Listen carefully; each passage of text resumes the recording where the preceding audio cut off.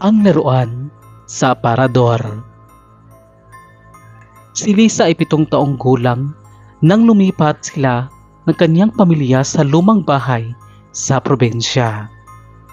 Sa unang tingin, mukhang maayos naman ang bahay, maliban lang sa isang lumang aparador sa kanyang kwarto.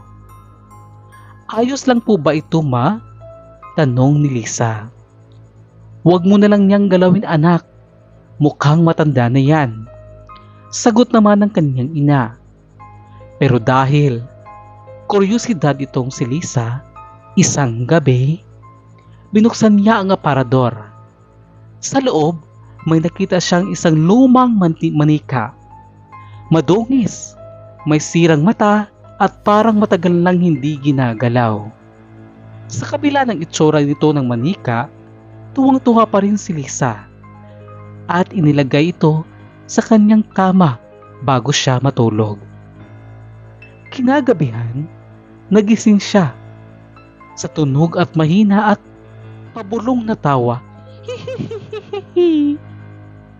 Dahan-dahan niyang inimulat ang kanyang mga mata. Madilim ang paligid, pero aninag niya ang manika. Nasa tabi pa rin niya. Pero iba ang posisyon nito. Hindi ito nakapaling sa kanya bago siya matulog, pero ngayon nakaharap na ito sa kanya. Mabilis niyang itinapon ang manika pabalik sa aparador at isinara ito ng mahigpit. Kinabukasan, kwinento na ito sa kanyang lola. "Anak, yang aparador na yan, matagal nang nandito. Sabi ng dating may-ari, may batang nakatira dati rito.